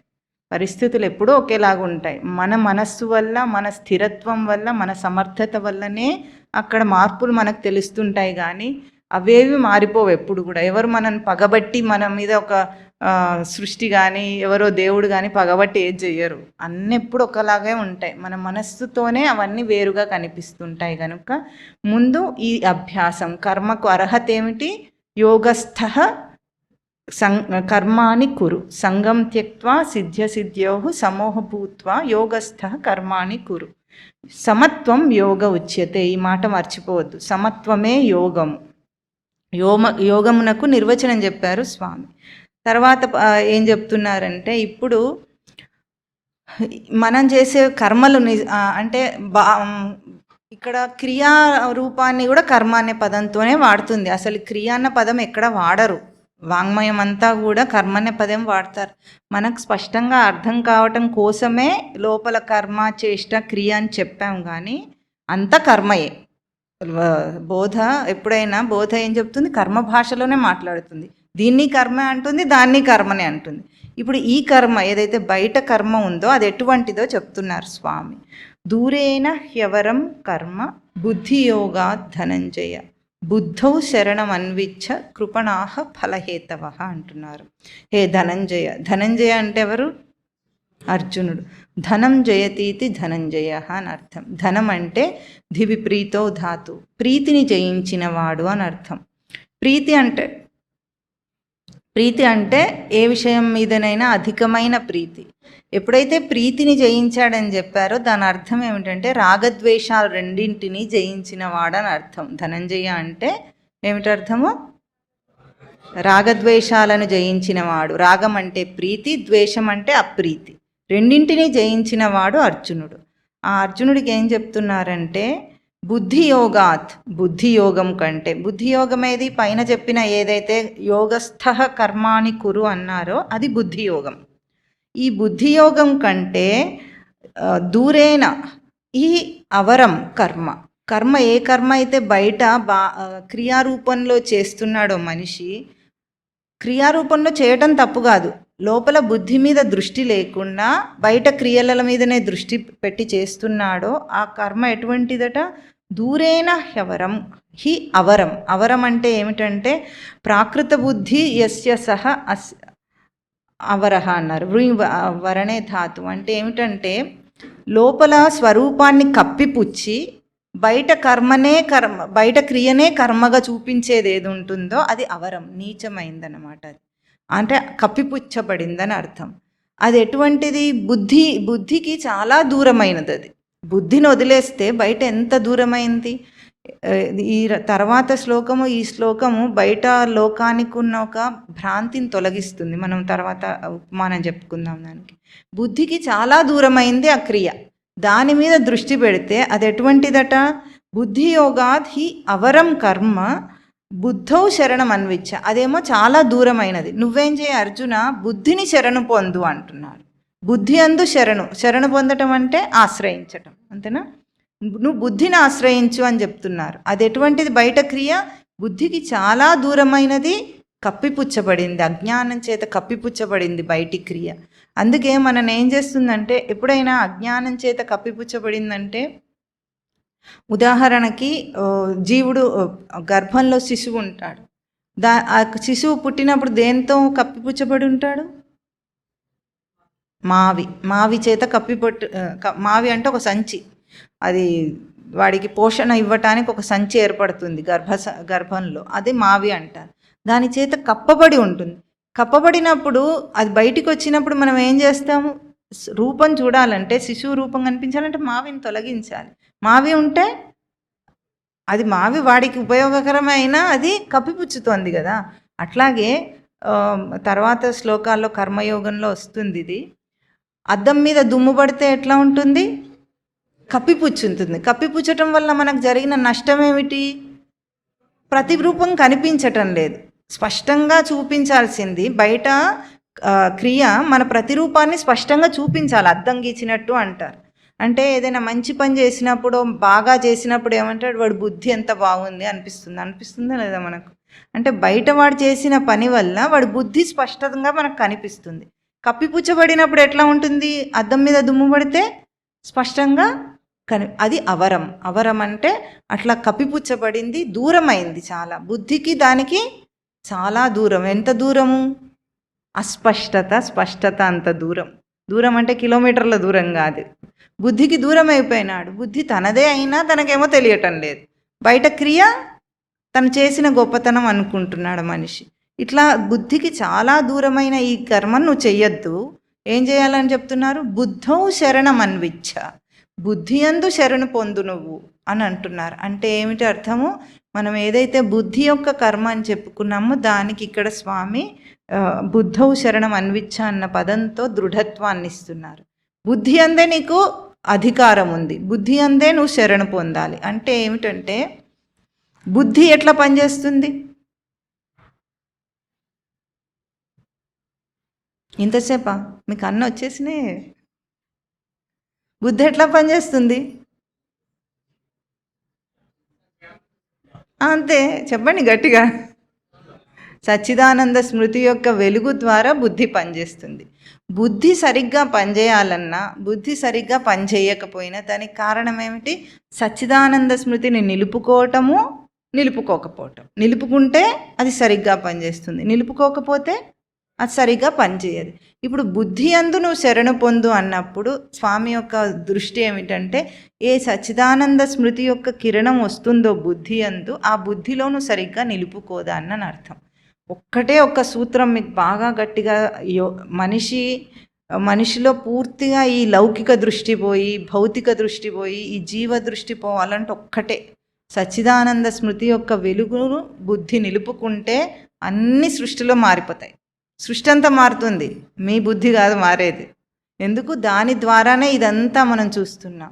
ఆ బుద్ధి ద్వారానే బయట సంఘటనలు, కదలికలు, ప్రవర్తనలు, మన గ్రహింపులు అన్నీ ఆ బుద్ధిలోనే జరుగుతున్నాయి. అక్కడే తప్పు చేశాం కాబట్టి మూలాన్ని సవరిస్తే మొత్తం అంతా మారిపోతుంది. ఒకసారి రాజుగారికి చెప్పాను, ఈ కథ ఎప్పుడైనా చెప్పుకున్నామా మనము? రాజుగారికి ఒక రోగం వచ్చిందట. ఏమిటి? ఆయన ఆకుపచ్చ రంగు మాత్రమే చూడగలడు, ఇంకేది చూసినా కళ్ళు పోతాయి అన్నారట. అప్పుడప్పుడు మంత్రులు వాళ్ళందరూ ఏం చేశారు? చాలా గొప్పవాళ్ళు కదా, రాజు అంటే ప్రేమ, భక్తి, గౌరవం. ఇంకా ఊరంతా ఆకుపచ్చ రంగుతో పెయింట్ వేసుకుంటూ కూర్చున్నారట. పెయింట్ వేస్తుంటే ఏమవుతుంది? అది సాధ్యమవుతుందా? మనిషికి కూడా పెయింట్ వేయాలి, ఆయన ఏదేది చూస్తే దానికి పెయింట్ వేయాలి కదా. అది ఎట్లా సాధ్యమవుతుంది? ఒక ఆయన ఎవరో ఇట్లాగే జ్ఞాని పోతూ పోతూ, ఏం చేస్తున్నారయ్యా, రాజ్యమంతా నగరం అంతా అల్లకల్లోలం చేస్తున్నారు, ఈ పెయింట్లు రుద్దటం ఏమిటి, రంగులు రుద్దటం ఏమిటని అడిగితే అప్పుడు ఇట్లా చెప్తే, అయ్యో ఇంత చిన్న విషయానికి ఊరంతా పెయింట్ వేయటం ఎందుకయ్యా అని రాజు దగ్గరికి వెళ్ళి ఒక ఆకుపచ్చ కళ్ళజోడు పెట్టాడు. సరిపోయింది కదా. ఇప్పుడు రాజు ఏది చూసినా ఎట్లా ఉంటుంది? ఇంత చిన్న విషయానికి లోకాన్నంతా మార్చాలనుకుంటాడు మనిషి. లోకంలో అందరు చెడ్డవాళ్ళే వీడికి, అందరూ అసలు ఎక్కడ ధర్మం లేదు, న్యాయం లేదు, నీతి లేదు అంటాడు. ముందు నువ్వు మారవయ్యా, తర్వాత అన్నీ మారుతాయి. అవి మారినా మారకపోయినా నీకు ఆ లోకం వల్ల కలిగే పీడ మాత్రం పోతుంది. లోకం మారాలా, పీడ పోవాలా? పీడ పో, అంతే కదా. అది ఎట్లనన్నా ఉండని, నువ్వు మారు, పీడ పోతుంది. అందుకే కదా జ్ఞానులందరూ సుఖంగా బ్రతికేది ఈ లోకంలోనే కదా. ఈ విషయాలు ఉంటాయి, ఈ మనుషులే ఉంటారు, ఈ పరిస్థితులే ఉంటాయి, అయినా వాళ్ళు స్థిరంగా సుఖంగా ఉండగలుగుతున్నారు. సామాన్యుడు అదే పరిస్థితులను కష్టంగా అందులోనే కష్టంగా బ్రతుకుతున్నాడు. దేహాలవే, రోగాలవే, అన్ని తిండ్లవే, అంత అవే కదా. మార్పు ఎక్కడుంది? తన స్థితిలో ఉంది. కనుక ఈ బుద్ధి యోగాన్ని నువ్వు శరణు పొందు. బుద్ధి యోగం అంటే ఏమిటి? బుద్ధి సచ్చిదానంద స్మృతితో కూడి ఉండటం బుద్ధి యోగం. చెప్పండి. బుద్ధి సచ్చిదానంద స్మృతితో కూడి ఉండటం బుద్ధి యోగం. ఆ బుద్ధి యోగంతో నువ్వు కర్మను ఆచరించు. బుద్ధౌ శరణం అన్విచ్చ. తర్వాత కృపణాహ ఫలహేతవ. ఫలహేతవ అంటే ఎవరైతే ఫలమునకు గురవుతారో, బుద్ధి నందు నిలవకుండా వాడిని కృపణుడు అని తిడుతున్నారు స్వామి. కృపణుడు అంటే నీచుడు అని వేదాంతంలో కృపణ శబ్దం అతి నీచమైన పదం. తిట్లలో అతి నీచమైన తిట్టు ఏమిటి? కృపణుడు. అంటే నీచమైంది అన్నంత మాత్రాన చాలా పెద్ద తిట్టులాగా ఏముండదు. దాని అర్థం తెలుసుకుంటే ఏమిటంటే, దీన్ని బృహదారణ్యకోపనిషత్తులో యాజ్ఞవల్కుల వారు కూడా వాడతారు. యోవా ఏతదక్షరం గార్కి అవిదిత్వా అస్మాత్ లోకాత్ ప్రేత్య సహ కృపణః అని తిడతారు. అంటే అక్కడ ఏమంటున్నారు? అస్మాత్ లోకాత్ అవిదిత్వా ఏతదక్షరం అవిదిత్వా. ఎవరైతే ఈ భూమి మీద పుట్టి కూడా ఈ అక్షర పరబ్రహ్మతత్వంను తెలుసుకోకుండా ఈ భూమి అస్మాత్ లోకాత్ ప్రేత్య వెళ్ళిపోతాడో వాడు కృపణుడు అని అర్థం. అంటే చేతగానివాడు, నీచుడు, సమర్థత లేనివాడు అని తిట్టు, అంతే. పెద్ద తిట్టు ఏం కాదు. మన బూతులు తిడతారు చూడండి, అలాంటి తిట్టు కాదు. అంటే అసమర్థుడని తిట్టడం అన్నిటికంటే గొప్ప తిట్టు అనమాట. ఎందుకు? కృపణ శబ్దము మనిషికి మాత్రమే వర్తిస్తుంది, పశుపక్షాదులను తిట్టరు అట్లా ఎవరు. ఎందుకంటే చేయగలిగిన సమర్థత ఉండి కూడా, అన్నీ ఉండి కూడా చేయలేకపోతే అప్పుడు చేయలేని దద్దమ్మ అని తిట్టినట్టు అన్నమాట. చేతగాని వాడు కృపణుడు నీచుడు అంటే, ఇప్పుడు ఒక కుక్క కానీ ఎవరైనా కానీ దానికి నీతి మనం ఎందుకు చెప్పము? ఒక పశువుకు మనం నీతి ఎందుకు చెప్పము? అది పశువు కాబట్టి. పశువు అంటే దానికి అవగాహన చేసుకునే శక్తి లేదు కనుక అది ఏం చేసినా మనం తిట్టాం. ఇప్పుడు ఎవడో ఒక మనిషిని చంపుతున్నాడు, పక్కనే ఒక గేదె గడ్డి మేస్తుంది. అట్లాగే ఇంకో చిన్న పిల్లవాడు ఆ పక్కన ఆడుకుంటున్నాడు, ఇక్కడ హత్య జరుగుతుంది. ఇప్పుడు ఎవరైనా వచ్చి ఆ చిన్న పిల్లవాడినైనా ఎందుకురా చెప్పలేదు అని అంటారా లేదా? కానీ ఆ గేదెని అంటారు ఏమన్నా? ఎందుకన్నారు? దానికి ఆ అర్హతనే లేదు కాబట్టి. అర్హత లేని వాడిని ఏమనరు. కానీ మనం తిడుతుంది అంటే శాస్త్రం మనని ఎందుకు తిడుతుంది?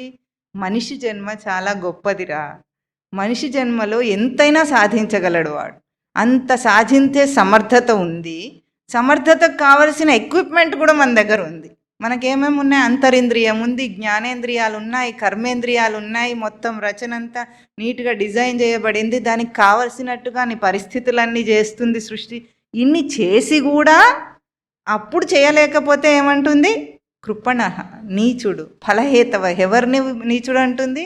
ఎవరైతే ఫలమునకు గురి అవుతాడో, బుద్ధిని చూసుకోకుండా ఎవరైతే బయట ఫలమును చూస్తాడో వాడు నీచుడు అంటుంది, చేతగాని వాడు. ఎందుకు?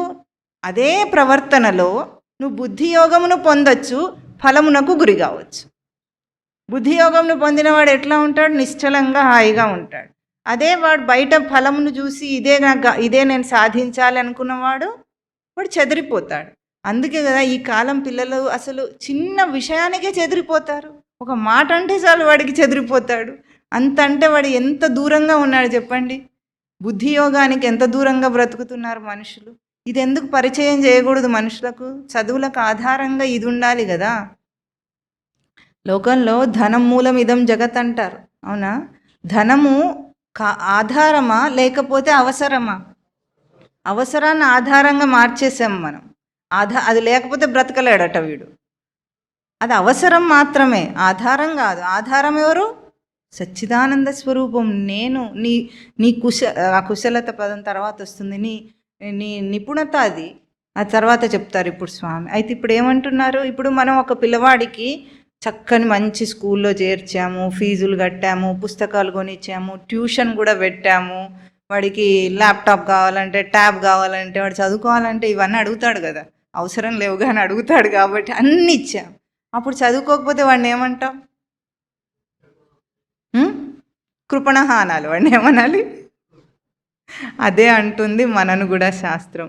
ఇంత చేస్తే నువ్వు ఇదారా చేసేది? మనిషి జన్మనిచ్చి నీకు ఇంత తెలివితేటలు ఇచ్చి అన్నీ ఇస్తే నువ్వేం చేస్తున్నావు? అది బాగలేదు, ఇది బాగలేదు, అందుకే నేను ఇట్లున్నా అంటాడు వీడు. అది బాగాలేకపోతే నువ్వు బాగు చేయి, నీకు తెలివి ఉంది కదా, బాగు చేసే తెలివి. పరిస్థితులను కూడా చక్కదిద్దుకునే నైపుణ్యత ఎవరికి ఉంది? ఎట్లా ఉంది? తను నిశ్చలంగా ఉంటే అన్నీ అవుతాయి. పెయింట్ వేసేవాడు బ్రష్ను ఊపుతాడు, కానీ వాడి చెయ్యి వణుకుతుందా? అంతే. రాసేవాడి చెయ్యి వణుకుతుందా?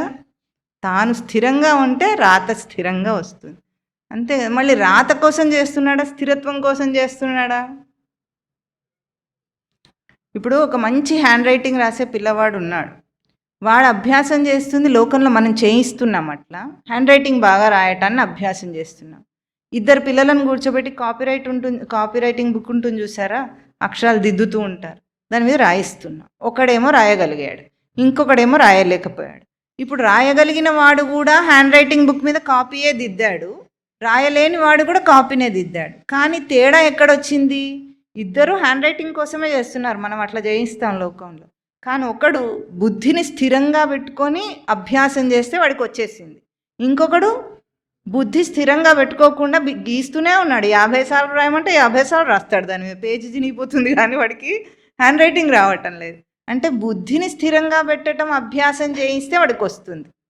ఇప్పుడు మనం లోకంలో బాగా చేసిన వాడు కూడా బుద్ధి స్థిరంగా పెట్టుకోలేదు నిజానికి. పెట్టుకున్నాడు కానీ వాడి దృష్టి హ్యాండ్ రైటింగ్ మీదనే ఉంది. అదే తర్వాత శ్లోకం చెప్తుంది. అంటే బయట ఫలంతో నువ్వు వెళ్ళిపోతే వాడు కృపణుడు అని చెప్పి వెంటనే శ్లోకం ఏం చెప్తుందంటే తర్వాత శ్లోకము బుద్ధియుక్తో జహాతీహ ఉభే సుకృత దుష్కృతే తస్మాత్ యోగాయ యుజ్యస్వ యోగ కర్మసు కౌశలం. ఈ యోగ కర్మసు కౌశలం అనే వాక్యాన్ని రివర్స్ చేసి అందరూ వ్యాఖ్యానాలు చెప్తారు లోకంలో. దాని అర్థం ఏమిటో ఇప్పుడు తెలుసుకుందాం. ఇంకేమంటున్నారు? ఫలం మీద దృష్టి పెట్టకుండా బుద్ధియోగమునందు శరణు పొందు అని చెప్పిన తరువాత బుద్ధియుక్తుడవై బుద్ధియుక్త ఇహ జహాతి ఉభే సుకృత దుష్కృతే సుకృత దుష్కృతములు రెండింటినీ కూడా ఇహ ఇక్కడే జహాతి విడిచేస్తాడు. ఎవరు? బుద్ధియుక్తుడైన వాడు ఏం చేస్తాడట? సుకృతము దుష్కృతము 2 పదాలు మళ్ళీ తీసుకొచ్చారు. ఆ వాటి రెండింటిని కూడా ఇక్కడే విడిచేస్తాడట. అందుకే యోగాయ యుజ్యస్వ, బయటి దానికోసం చేయకుండా యోగం కోసం నువ్వు ప్రయత్నం చెయ్యి. యోగం కోసం చేస్తే యోగ కర్మసు కౌశలం. కర్మయందు నిపుణత్వం ఏమిటి? యోగమే కర్మయందు నిపుణత్వం. లోకంలో మనం ఏమనుకుంటాం? కర్మయందు నిపుణత్వం అంటే ఏమిటి? బయట నైపుణ్యంతో పనిచేయటం. నిపుణత్వం అంటే తెలుస్తుందా? టాలెంట్ఫుల్గా పనిచేయటమే యోగం అని చెప్తారు లోకంలో అందరు. ఈ వాక్యానికి అర్థం యోగ కర్మసు కౌశలం. కర్మసు కౌశలమేవ యోగం అని తిప్పి చెప్తారు అందరు. అప్పుడు ఏం చేస్తాడు? బాగా హ్యాండ్ రైటింగ్ రాశాడు, అది యోగం అవుతుందా వాడికి? బుద్ధిని గుర్తిస్తే యోగం అవుతుంది. హ్యాండ్ రైటింగ్ కోసం రాస్తే కర్మ అవుతుంది. కర్మ కంటే యోగం గొప్పది. ఇక్కడ చెప్పటం ఏమిటి? కర్మ అంటే బయట దాని దృష్టి కంటే యోగము చాలా గొప్ప విశేషం. ఇది తనది యోగం. కర్మ ఇప్పుడు బయట చూస్తున్నాడు వాడు. కనుక ఇప్పుడు ఏ బుద్ధి యోగమును సాధిస్తే అదే నిపుణమైన కర్మ అని చెప్తున్నారు స్వామి. ముందు దానికి బుద్ధియుక్త జహాతి ఇహ. ఇహ అంటే ఇక్కడే, ఈ లోకంలోనే అని ఒక అర్థం చెప్తారు. ఈ లోకం కాదు, ఈ పనిలోనే అనాలి మనం. ఈ పనిలోనే సుకృత దుష్కృతం రెండింటినీ విడిచేయాలట. సుకృతం అంటే సుకృతం మంచి పని, దుష్కృతం అంటే చెడ్డ పని. ఇది మనకు ప్రసిద్ధంగా తెలిసిన అర్థాలు. కృతం అంటే చేయబడింది అని అర్థం. సుకృతం అంటే స్పష్టంగా బాగా చేయబడిందని అర్థం. దుష్కృతం అంటే చేయబడిందే కానీ దుష్టంగా చేయబడిందని అర్థం. కృతం సుకృతం, కృతం దుష్కృతం. అర్థమవుతుంది? పదాలు ఈజీగానే లేవా? అర్థం చేసుకుంటే సంస్కృతం అన్ని భాషల కంటే సులభమైన భాష, మనకు అలవాట్లో లేదు అంతేగాని. కృతం అంటే చేయబడింది, చెప్పండి. సుకృతం అంటే బాగా చేయబడింది, స్పష్టంగా చేయబడింది. దుష్కృతం అంటే దుష్టంగా చేయబడింది. ఇప్పుడు సుకృతము దుష్కృతం రెండింటినీ కూడా ఇక్కడే విడిచేస్తాడట వాడు. ఎవరు? బుద్ధియుక్తుడైన వాడు. ఎందుకంటే వాడికి బుద్ధితో పని కానీ బయట చేయబడిన పనితో వాడికి పనేం లేదు, సంబంధం లేదు, పని లేదు. వాడు రెండింటినీ ఇక్కడే వదిలేస్తాడు. ఈ వదిలేయటం మీద కూడా మనము ఈ ఫలాలను పట్టుకోవటం వల్ల ఏం చేస్తామంటే తెలియకుండానే జరుగుతాయి ఇవన్నీ. ఒక సామాన్యుడు ఆలోచించడు, వాడికి తెలియదు కూడా. పుణ్యకర్మ చేయాలి అని లోకంలో కొన్ని నిర్దేశం చేసి పెట్టారు కదా. దాన ధర్మాలు చేయాలి, గుళ్ళు గోపురాలు కట్టించాలి, పూజలు యజ్ఞాలు వ్రతాలు చేయించాలి. ఇంకా కొంతమంది ఎట్లా ఉంటారంటే ఇప్పుడు ఇట్లాంటి ఆధ్యాత్మిక సభలను ఆర్గనైజ్ చేసేవాళ్ళు ఉంటారు. ఆర్గనైజ్ చేసే వాళ్ళ స్పెషాలిటీ ఏమిటంటే అందరినీ ఏర్పాటు చేస్తారు, అన్ని ఏర్పాట్లు చేస్తారు. ప్రవక్తలను ఏర్పాటు చేస్తాడు, వినేవాడిని కూడా ఏర్పాటు చేస్తాడు. వాడు మాత్రం వినడు. ఇప్పటితో ఇంతకే పుణ్యం వచ్చేసింది అనుకుంటాడు. వాడు వినడు, మారడు. ఇప్పుడు ఇంతమంది విని మారాలని ఎవరైనా ఏర్పాటు చేస్తున్నారు అనుకుందాం. అంతమంది విని మారటం ముఖ్యమా, అతను మారటం ముఖ్యమా? కానీ ఎట్లా ఉంటుందంటే నేను ఆర్గనైజ్ చేస్తేనే పుణ్యాత్ముడిని అయిపోయాను, అంతకీ నాకు అయిపోయింది అనుకొని చాలామంది ఉంటారు. ఇప్పుడు ఈ సుకృతాలన్నీ అంటే ఏవైతే బాగా లోకంలో చెప్పబడిన మంచి కర్మలు అని అనుకుంటారు. ఎందుకు చేస్తారు మనిషి అంటే వీటిని కూడా ఆలోచించకుండానే చేస్తాడు. ఏమొస్తుంది నాకేం పోతుంది అని ఏం ఆలోచించాడు. చేయమన్నారు చేయాలి అంతే. ఎందుకు చేయాలి అన్న ప్రశ్న లేకుండా ఏది చేయకూడదు. ఎందుకు చేయాలన్న ప్రశ్న ఎదిరించటం కోసం కాదు, తెలుసుకోవటం కోసం. జ్ఞానం అంటేనే తెలుసుకోవటం కదా. ఎదిరించట్లేదు మనం శాస్త్రాన్ని, విచారించి తెలుసుకుంటున్నాం. అంటే ఈ భగవద్గీతలు తర్వాత వస్తుంది. ఏదైనా తెలియకపోతే ఎట్లా అడగాలి గురువుని? పరిప్రశ్నేన సేవయ, పరిణిపాతేన పరిప్రశ్నేన సేవయ. అంటే ప్రణిపాతం అంటే నమస్కారం చేసి వినయపూర్వకంగా పరిప్రశ్నగా అడగాలట. ప్రశ్న అడిగేటప్పుడు ఎదిరించి అడగకుండా, పరిప్రశ్న అంటే ఏమిటంటే ఒక సందేహం వచ్చింది మనకు, ముందు మనం కొంచెం ఆలోచించాలి దాని మీద. ఎందుకు ఇట్లా చెప్పబడింది, ఏమి అయి ఉంటుంది రహస్యము అని తెలుసుకునే ప్రయత్నం చేయాలి.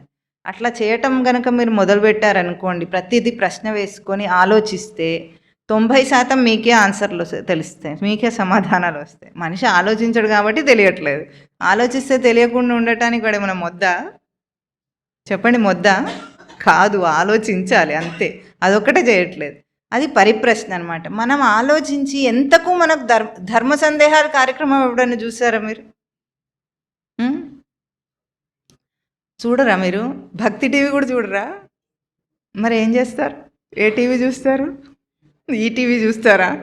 ఈటీవీ, మా టీవీ, జీ టీవీ 3 ఉంటాయి. ఇంకా ఏబిసిడీల టీవీలు అన్నీ ఉంటాయేమో తెలియదు నాకు.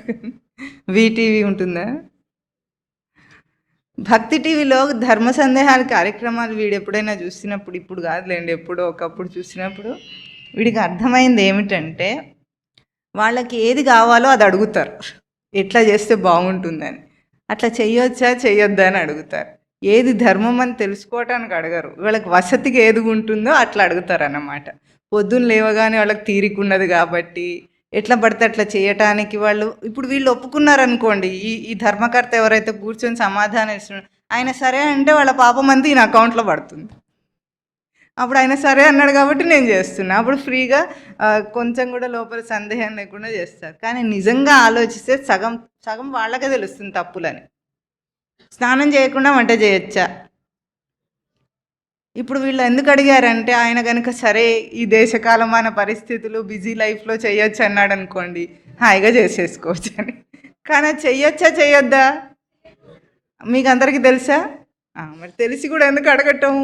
ఎందుకంటే మనకేదో అనుకూలమైన ఆన్సర్లు రావాలని మనం ప్రయత్నం చేస్తున్నాం. కుటిల బుద్ధి మనిషిది.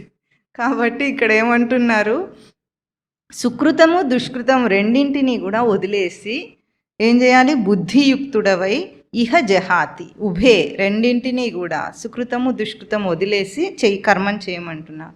తస్మాత్ యోగాయ యుజ్యస్వ, యోగం కోసం ప్రయత్నం చేయి, కర్మ కోసం కాదు. కర్మ అంటే అక్కడ బయట కర్మ గురించి చెప్తున్నారు స్వామి. ఆ బయట కర్మ కోసం కాదు, యోగాయ యుజ్యస్వ. నీ ప్రయత్నం అంతా దేని గురించి ఉండాలి? యోగం కోసమే మనం కర్మను ఆచరిస్తున్నాం. కర్మ కోసం కర్మను ఆచరించటం లేదు. అంటే ఇప్పుడు మనం చెప్పుకున్న ప్రకారంగా కర్మ బుద్ధిలోనే కర్మ. కానీ ఇక్కడ ఆ బుద్ధి సచ్చిదానంద స్మృతితో కూడి ఉంటే యోగం, కూడి ఉండకపోతే బయట క్రియ. కూడి ఉండకుండా చేసేది బయట క్రియ. సూర్యకిరణం తెగినట్టే, తెగితే అది పనిచేయదు. లేజర్ బీమ్ తెగితే సోర్స్ నుండి అది దేన్ని పనితనం ఉండదు. కాబట్టి దీన్ని యోగ కర్మసు కౌశలం అంటున్నారు. యోగమే కర్మయందు కుశలత. కుశలత అంటే నిపుణత్వం. నిపుణత్వం అంటే తెలుస్తుందా మీకు? నైపుణ్యం, నిపుణత్వం, టాలెంట్.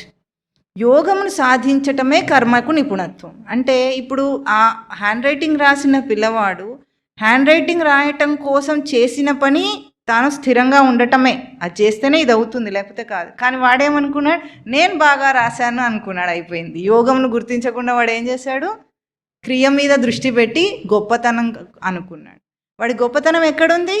యోగమునందు వాడి గొప్పతనం. వీడేమనుకున్నాడు? క్రియలో గొప్పతనం అనుకునేటప్పటికి అహంకారం వస్తుంది మనిషి. అది కూడా కర్మకు ఫలితమే కదా. అహంకారం కూడా కర్మకు ఒక ఫలితం. ఇప్పుడు అహంకారానికి గురవుతాడు వాడు కృపణుడు. కర్మఫలానికి గురయ్యాడంటే వాడు కృపణుడు. వాడు ఏమైంది?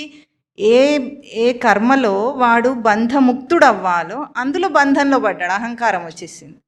చక్కగా యోగమును పొందవలసిన క్రియ అహంకారమునకు హేతువైంది. లోకంలో ఎంతమంది ఇప్పుడు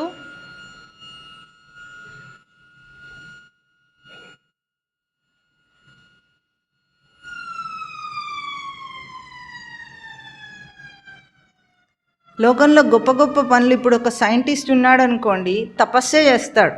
వీడి దృష్టిలో అయితే వాళ్ళు ఏం తక్కువ తపస్సు చేయట్లేదు. కానీ వాళ్ళు దేనికోసం చేస్తున్నారు? బయట సాధించటం కోసం చేస్తున్నారు. దీని మీద ఒక చిన్న కథ, అది నిజమైన కథ. ఒకసారి సైంటిస్టులు అందరూ సమ్మేళనం జరిగిందట.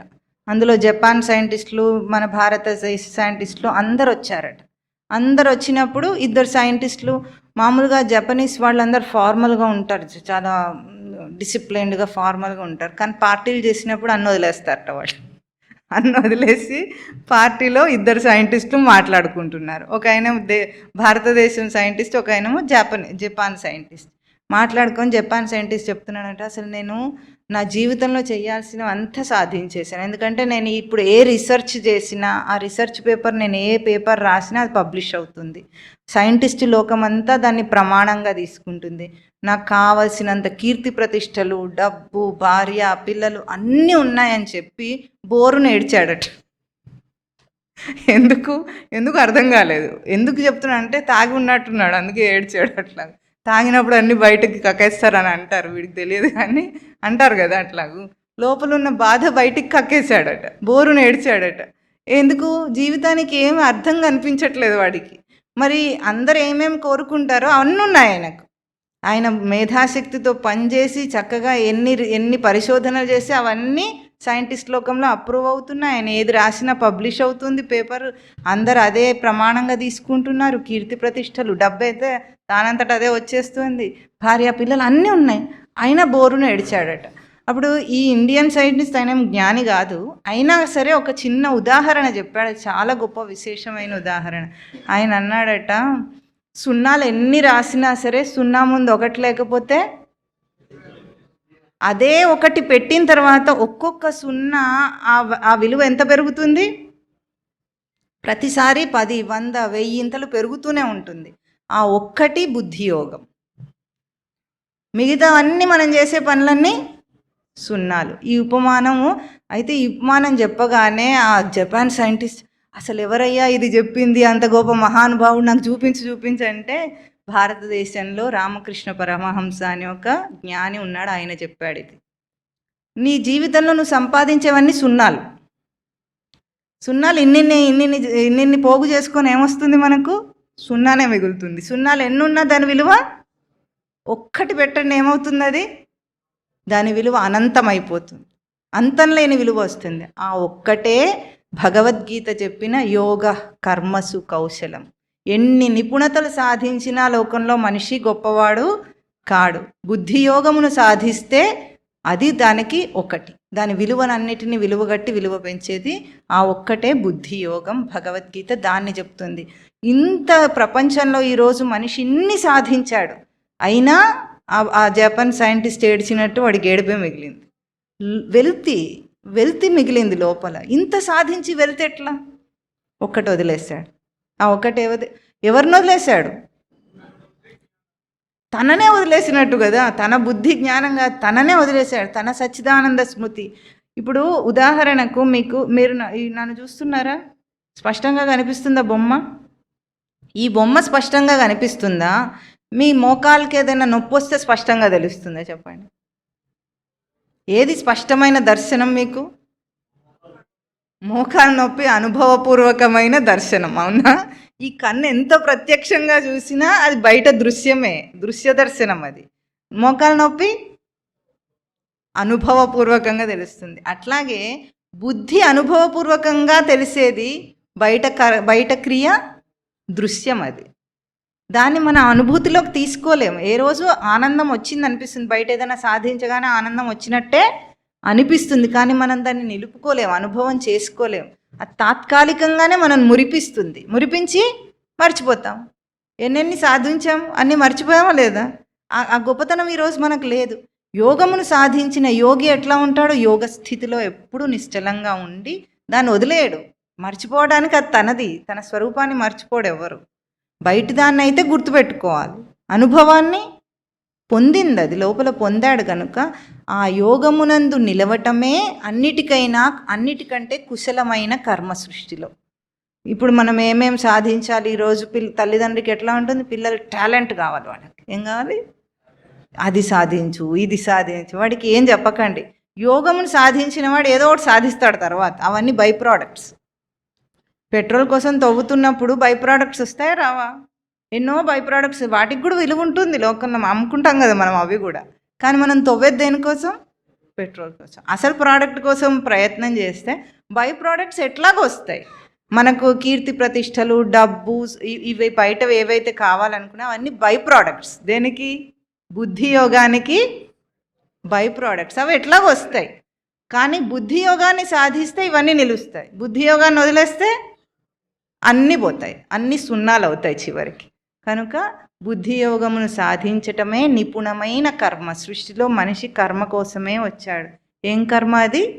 బుద్ధి యోగం అనే కర్మను సాధించటం కోసమే మనం మనిషి జన్మనెత్తాం. లేకపోతే మనిషి జన్మ అక్కర్లేదు. ఏ పశుపక్షాది జన్మ ఎత్తినా ఈ పనులన్నీ చేయొచ్చు. కనుక భగవద్గీత 2వ నిర్వచనం ఏమిటి? యోగ కర్మసు కౌశలం. చెప్పండి. 1 సమత్వం యోగ ఉచ్యతే, యోగ కర్మసు కౌశలం. ఈ 2 భగవద్గీతలో యోగమునకు నిర్వచనాలు, డెఫినేషన్స్ అన్నమాట. ఈ భగవద్గీత ఏం చెప్పింది అంటే ఈ 2 మాటలు చెప్పేటట్టు ఉండాలి మీరందరూ. కాస్త ఇక్కడ విన్న తర్వాత అప్పుడప్పుడు పుస్తకం పట్టుకొని తీసి ఏం విన్నాము, ఏం చదవండి ఒకసారి. మళ్ళీ రాబోయే శ్లోకం కూడా ఒకసారి చదువుకోవాలి మీరు. నేను చెప్పేది అంతా మీకు సత్యమైతే ఎట్లా? అందులో ఉన్నది చెప్తున్నానో లేనిది చెప్తున్నానో మీకు తెలియద్దు. తెలుసుకొని కూర్చుంటే ఆ శిష్యుడికి సరిగ్గా అందుతుంది. లేకపోతే చెప్పింది విని బాగుంది అనుకుంటాడు, ఇష్టం ఉంటే గుర్తుపెట్టుకుంటాడు, లేకపోతే కడిగేసుకుంటాడు. ఏం చేస్తాడు? అట్లా మీరు కడుక్కోవట్లేదని మీ సమాధానాల వల్ల నాకు అర్థమైంది. మీరు అట్లాంటి వాళ్ళు కాదు. జల్లెడ పడితే మిగిలిన వాళ్ళు మీరందరూ. ఎటువంటి వాళ్ళు? మిగిలిన వాళ్ళంటే మనకు చెత్తంతా పోగా మిగిలింది ఏది ఉంటుందో అది సారభూతమైందన్నమాట. మీరు మంచి పిల్లలు. చెప్పండి. యోగస్థ కురు కర్మాణి సంగం త్యక్త్వా ధనంజయ సిద్ధ్యసిద్ధ్యో సమో భూత్వా సమత్వం యోగ ఉచ్యతే. దూరేణ హ్యవరం కర్మ బుద్ధియోగాత్ ధనంజయ బుద్ధౌ శరణమన్విచ్ఛ కృపణాః ఫలహేతవః బుద్ధియుక్తో జహాతీహ ఉభే సుకృతదుష్కృతే తస్మాత్ యోగాయ యుజ్యస్వ యోగః కర్మసు కౌశలం. ఓం తత్ సత్.